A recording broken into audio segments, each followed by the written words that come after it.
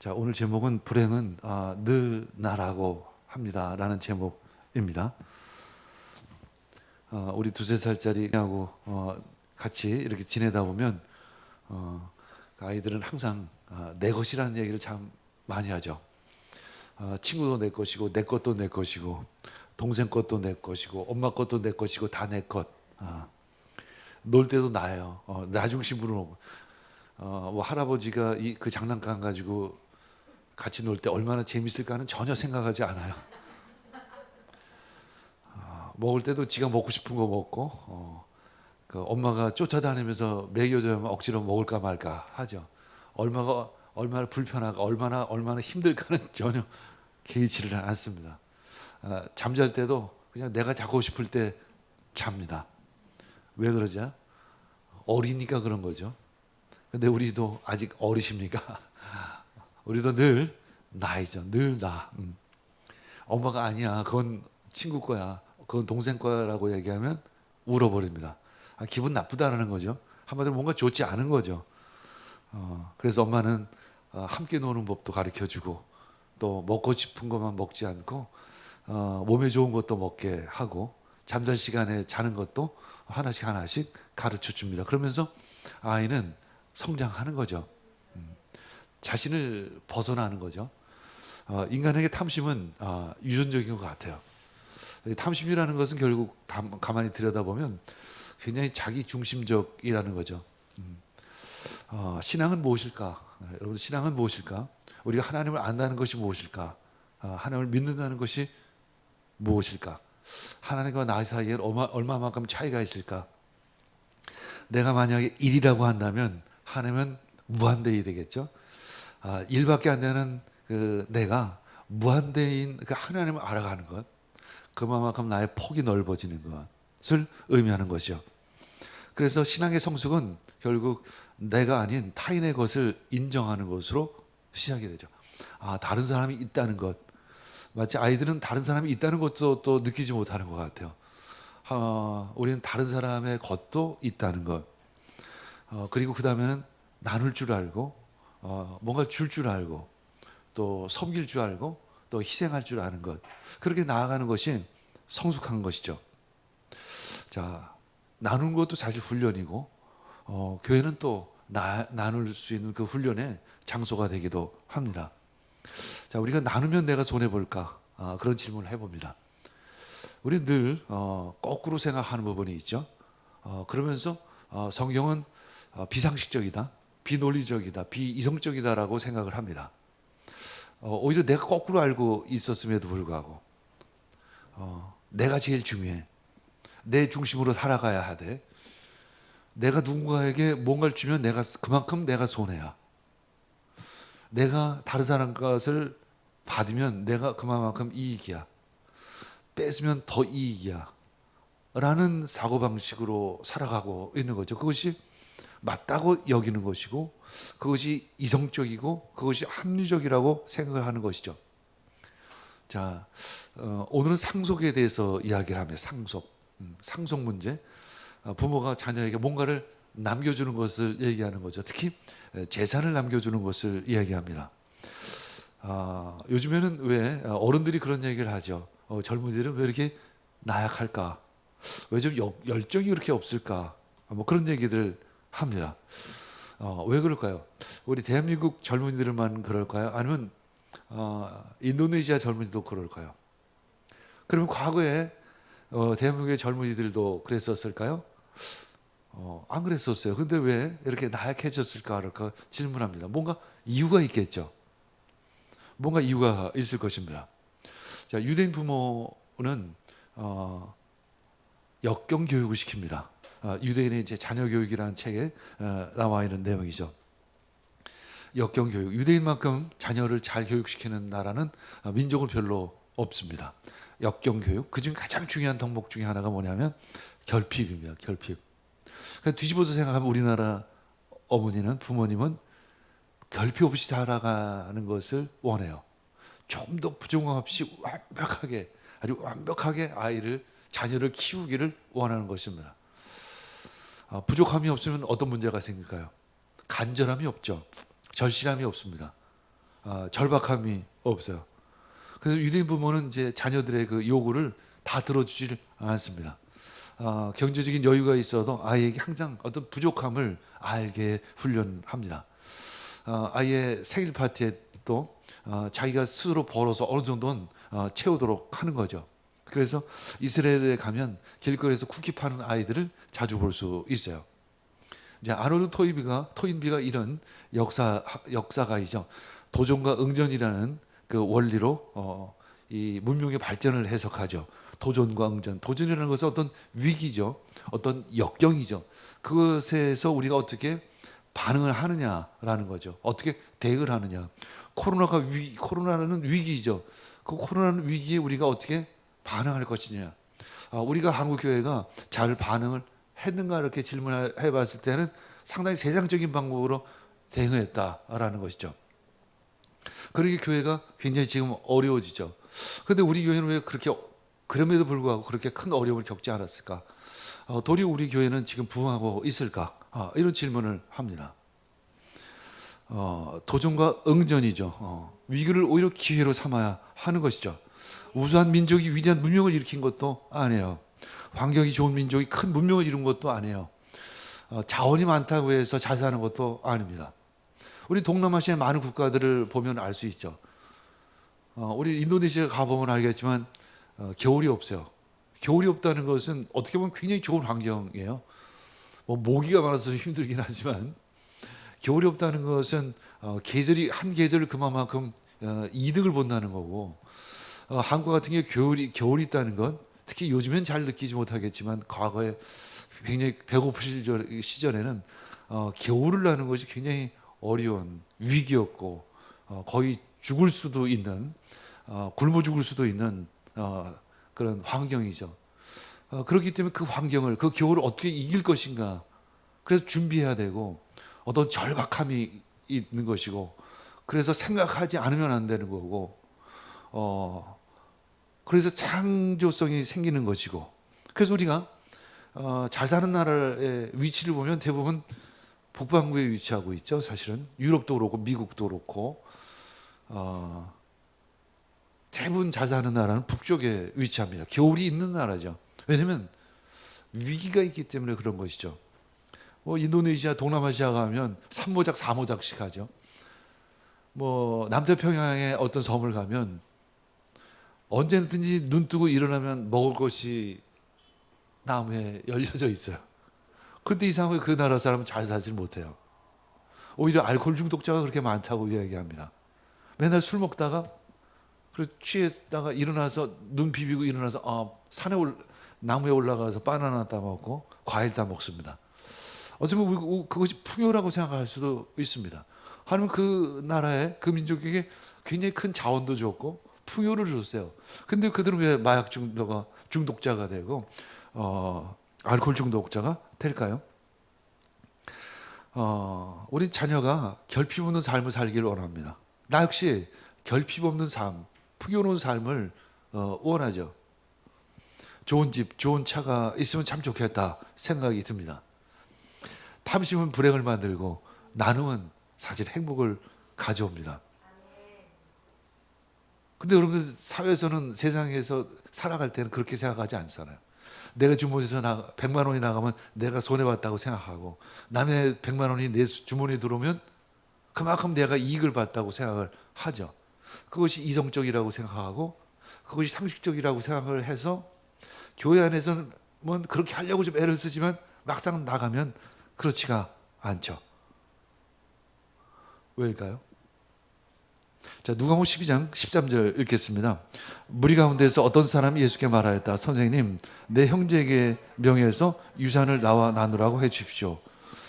그때 예수님이 이제 대답을 하시는데, 그러면 신명기를 보여주면 딱 돼요. 신명기에 상속법에 대해서 정확히 나와 있으니까 장자는 2배, 차자부터는 그냥 장제 50%를 받으면 되기 때문에, 그럼 심플하죠. 그럼 너 차자야, 그럼 너 50% 받고 네 형은 200% 받으면 돼. 더 이상 할 얘기가 없어라고 얘기하시면 되는데, 예수님은 그 문제를 거기서 보는 것이 아니라 탐심으로 보는 거죠. 우린 그 형제에게 질문할 수 있습니다. 그 형제들은 재산이 많아서 너희들은 네 집은 재산이 많니? 이렇게 질문하면 우리는 그런 대로 살만하죠. 재산이 좀 있습니다. 그러면 형제간에 우애가 깊으니 그러면 좀 그렇지는 않은 것 같습니다. 당연히 상속 문제가 싸울 정도가 된다면 형제간의 우애는 좋은 건 아니겠죠. 그 옆집에 가난한 그 집에다 질문해요. 당신 집은 어떻습니까? 우리는 형제간에 우애가 참 깊습니다. 근데 당신네 집은 가난한데 어떻게 그렇게 형제간의 우애가 깊습니까? 모르겠어요. 우리는 형제간의 우애가 깊어요. 그럼 왜 너희들은 그렇게 다툽니까? 아마 재산 때문에 그런 거겠죠. 그렇다면 행복하십니까? 어떻게 형제간에 싸우는데 행복할 수가 있을까요? 그러면 질문하죠. 그럼 차라리 부모님이 재산이 많지 않았다라고 하면 형제간에 싸움이 나지 않지 않았을까? 그럴 수도 있겠네요. 왜 그들은 그렇게 큰 상속을 원했을까요? 다른 형제보다 내가 더 많이 받기를 원할까요? 불로소득이죠. 당신이나 지금이나 많은 토지를 소유하게 되면 일하지 않고 공짜로 먹을 수 있으니까. 요즘에는 이제 건물주가 꿈이 있는 사람이 있죠. 세를 받으면 안락한 생활을 할 수 있다고 생각을 합니다. 일하지 않고 편하게 살려는 것이 바로 탐심입니다. 내가 여러분들에게 질문합니다. 여러분 부모가 혹시 이제 우리 부모님이 빌딩 하나 가지고 있으면 참 좋겠다. 저도 어렸을 때 그런 생각을 했어요. 우리 부모님이 빌딩 하나 가지고 있으면 내가 상속은 안 받을지라도 한 층 빌려가지고 거기서 장사하면 내가 장사 참 잘할 텐데. 그 장사가 잘 될까요? 뭐 잘 될 수도 있겠지만 안 될 확률이 더 커요. 왜일까요? 위기가 없기 때문에 그런 거죠. 간절함이 없기 때문에 그런 거예요. 뭐 이번 달에 안 되면 뭐 안 되는 거지 뭐. 다음 달에 안 되면 뭐 또 안 되는 거지 뭐. 우리 아버지가 빌딩 주인인데. 근데 어떤 사람이 굉장히 잘 됐어요. 자기네 아버지 빌딩 한 층 빌려서 카페를 했는데 굉장히 잘 돼요. 우리 그 사람은 잘 됐는데요. 그 사람은 어디다 놔도 잘 돼요. 자, 누가복음 12장 15절 읽겠습니다. 그리고 사람에게 말씀하셨다. 너희는 조심하여 온갖 탐욕을 멀리하여라. 재산이 차고 넘치더라도 사람의 생명은 거기에 달려 있지 않다는 거죠. 재물보다 더 중요한 것이 있다는 거죠. 탐욕을 멀리하여라. 사람의 생명은 거기에 달려 있지 않다. 근데 이런 얘기를 하면 이렇게 말씀을 읽으면 탐욕과 생명 사이의 간격이 너무 넓어 보여요. 여러분들 입장에서는 그렇죠? 생명 그래 그냥 내가 생명 안 얻지 그냥. 그리고 한 70평생 80평생 그냥 탐욕으로 열심히 벌어서 잘 벌어서 실컷 탱자 잘 살지. 그래서 나중에 죽든지 말든지 이렇게 생각할 수 있다는 거예요. 그러나 여기서의 생명은 그런 의미가 아니에요. 내가 탐욕을 가지고 있는 순간 내 안에 생명이 사라질 수 있다는 거예요. 근데 그 생명은 단순히 내가 죽는 것만을 얘기하는 것이 아니라 내가 단순히 천국을 가는 것만을 의미하는 것이 아니에요. 좀 쉬운 말로 얘기하면 그냥 행복이라고 얘기할 수도 있어요. 네가 탐욕을 갖는 순간 너에게 더 이상 행복은 없을 것이다라는 의미로 약간 해석할 수도 있어요. 네가 탐욕을 갖는 순간 너에게 사랑은 사라질 것이다. 네가 탐욕을 갖는 순간 진짜 네가 피부치조차 사랑할 수 없는 상황이 벌어질 수 있을 것이다.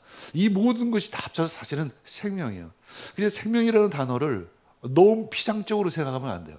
생명이라는 단어는 굉장히 영적이기도 하지만 굉장히 현실적인 의미를 그 안에 담겨 있습니다. 그래서 우리 성경에 있는 어떤 단어들이나 이런 명제들을 너무 단순하게 생각하면 큰 오산이죠. 그냥 그것을 단순히 신학적으로 해석을 하고 교리적이나 무슨 주석책을 가지고 해석을 하면 그것은 굉장히 나와 먼 얘기가 될 수 있어요. 그렇죠? 생명 그렇게 하면 나 지금 잘 살고 있는데 갑자기 생명이야. 나 생명 없어도 살아요. 나 그냥 나한테 당장 1억 주세요. 난 그게 더 중요해. 난 그게 더 필요해. 난 10억이 더 중요해. 난 그러면 행복할 수 있을 것 같아요. 이렇게 얘기하면 예수님이 말씀하세요. 아니 내가 너한테 네가 치목이라는 탐욕을 가지고 있으면 넌 절대 행복할 수 없어. 그러면 조금 왜 그러지? 라는 생각을 갖게 되겠죠. 디모데전서 6장 10절 읽겠습니다. 돈을 사랑하는 것이 모든 악의 뿌리입니다. 돈을 쫓다가 믿음에서 떠나 헤매기도 하고 많은 고통을 겪기도 한 사람이 더러 있습니다. 근데 여기 나오면 하나님의 자녀가 되나요?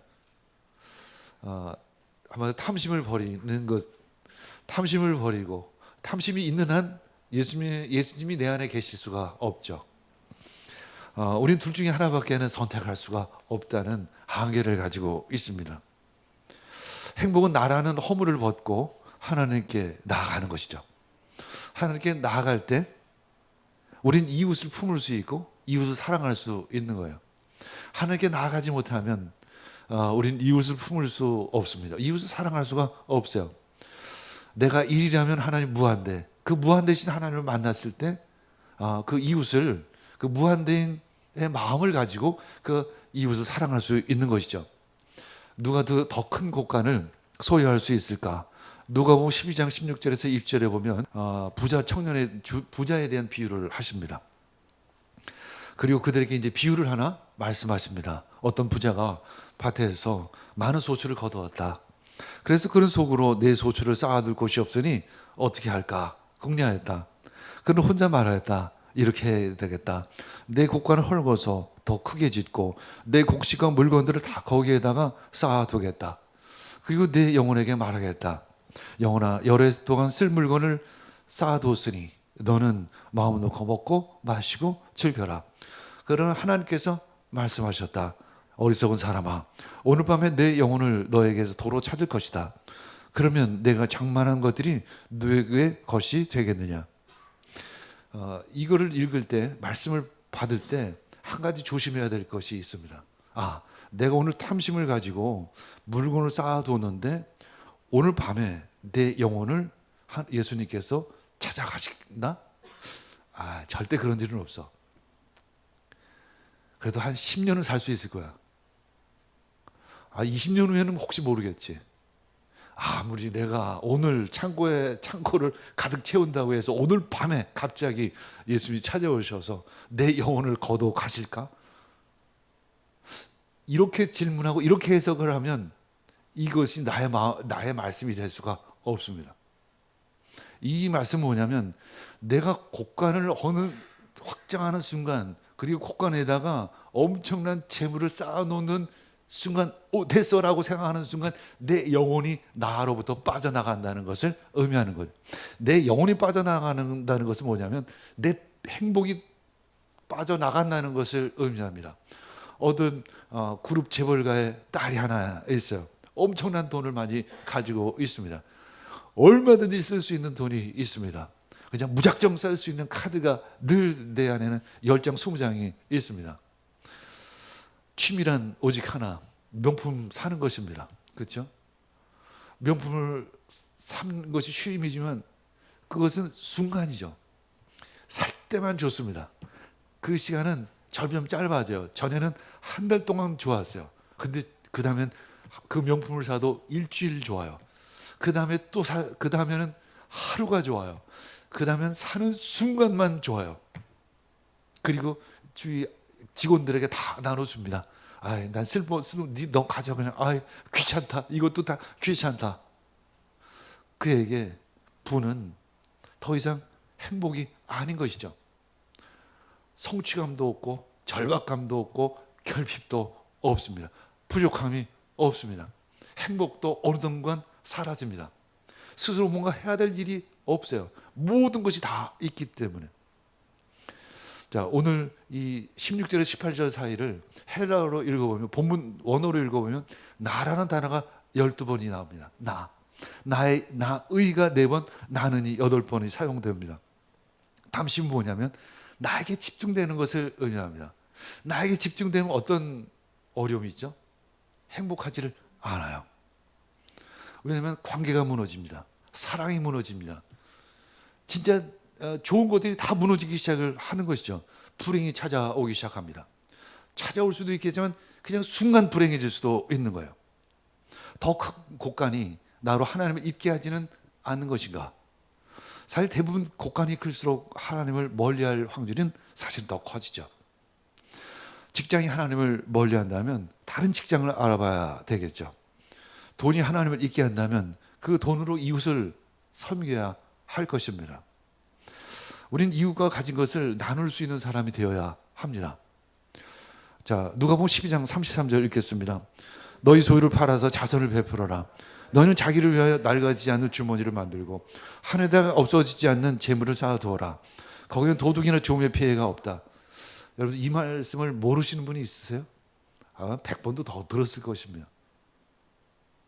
근데 아직까지도 그렇게 100% 온전히 이 말씀에 순종하지는 않았습니다.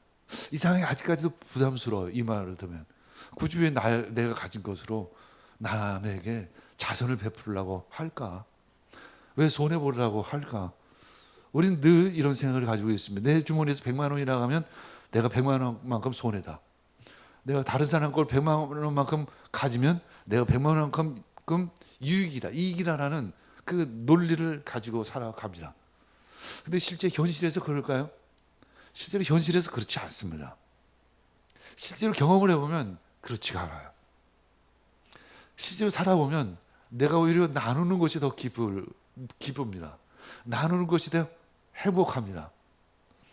내가 받아야만 행복하고 내가 누군 것을 빼앗아야만 한다면 그것은 탐심이죠. 그것은 나에게 집중되어 있는 것입니다. 그에겐 만족이 없죠. 다른 사람이 기쁜 것을 보면서 내가 기뻐할 수 있다면, 더 나아가서 원수까지도 사랑할 수 있다면 그는 불행할 수가 없습니다. 그렇죠? 아니, 원수를 사랑하는 사람에게 불행이 있을 수 있을까요?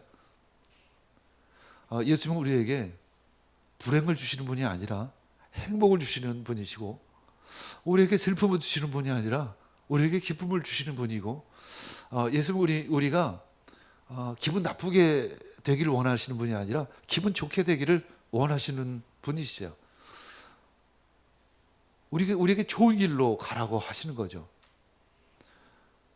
그것이 바로 성경에서 나오는 그 말씀이고 그 길인 것이고 예수님이 갔던 그 길인 것입니다.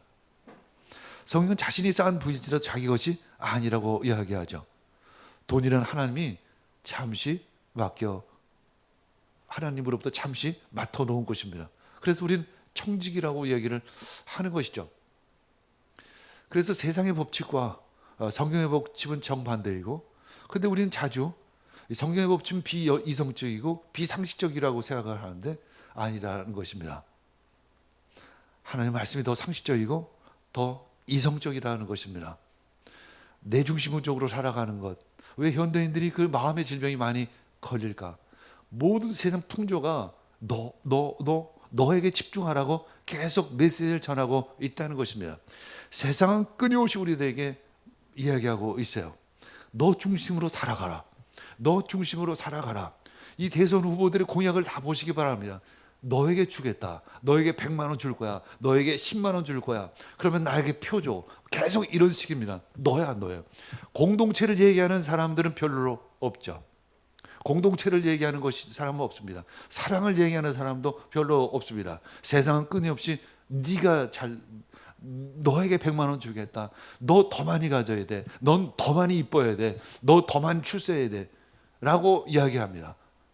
결국 그러니까 어떻게 되죠? 마음의 병이 걸릴 수밖에 없습니다. 나에게 집중되어 있으니까. 우울증이 뭘까요? 나에게 집중되어 있는 거예요, 사실은. 운동할 수 있으면, 여행할 수 있으면, 친구 만날 수 있으면 그건 더 이상 그 병에서 나은 거죠, 사실은. 그러나 의사들은 계속 말합니다. 운동하라고. 근데 운동을 할 수가 없는데 무슨 운동을 해요? 그러나 하나님께 나아가면 그 질병은 사라지는 거죠. 왜일까요? 내가 아닌 무한대를 바라보고 무한대인 그 하나님을 만나기 때문에 내가 하나님 안에 들어가는 것이죠. 내 하나가 무한대가 될 수 있는 것입니다. 그 어느 순간 내 마음의 질병이 사라지는 것을 경험하는 거죠. 그래서 예배 가운데 모든 질병이 사라지는 것입니다. 예배 가운데 특별히 우울증이 사라지는 것이죠. 예배 가운데 모든 정신의 질환들이 사라지는 것입니다. 더 큰 하나님을 만나시기를 원합니다. 다른 방법이 없어요. 운동하기 싫어서 운동하지 않는 것이 아닙니다. 산책하기 싫어서 산책하는 것이 아니에요. 그 침대 이불 속에서 나오고 싶지 않아서 안 나오는 게 아니에요. 나올 수가 없는 거죠. 왜냐하면 내 자신에게 지금 매몰되어 있기 때문에. 성령님 우리 가운데 오시옵소서. 그래서 그 크신 하나님을 만날 수 있게 해주시옵소서. 그 크신 하나님을 볼 수 있게 해주시옵소서. 그것만이 답인 줄 믿습니다. 주의 임재를 구합니다. 우리 함께 기도하겠습니다.